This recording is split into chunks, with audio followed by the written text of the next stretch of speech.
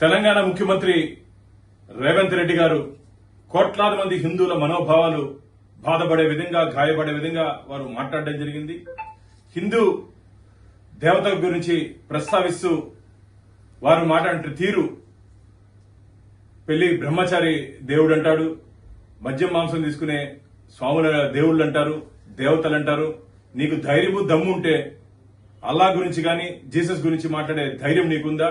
ఈరోజు హిందువులు ఆరాధ్యంగా కొలుస్తున్నటువంటి దేవతల పట్ల మీరు మాట్లాడిన మాటల్ని వెనక్కి తీసుకుని బేషరతుగా హిందువులకు క్షమాపణ చెప్పాలని చెప్పి నేను డిమాండ్ చేస్తున్నాను.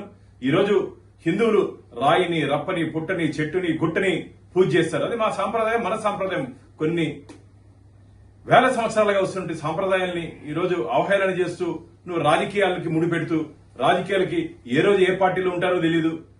రైల్వే స్టేషన్ లో, బస్ స్టాండ్ లో టైం టేబుల్ మారగా ఈ రోజు ఒక పార్టీలో ఉంటే రేపు ఇంకో పార్టీలో ఉంటారు.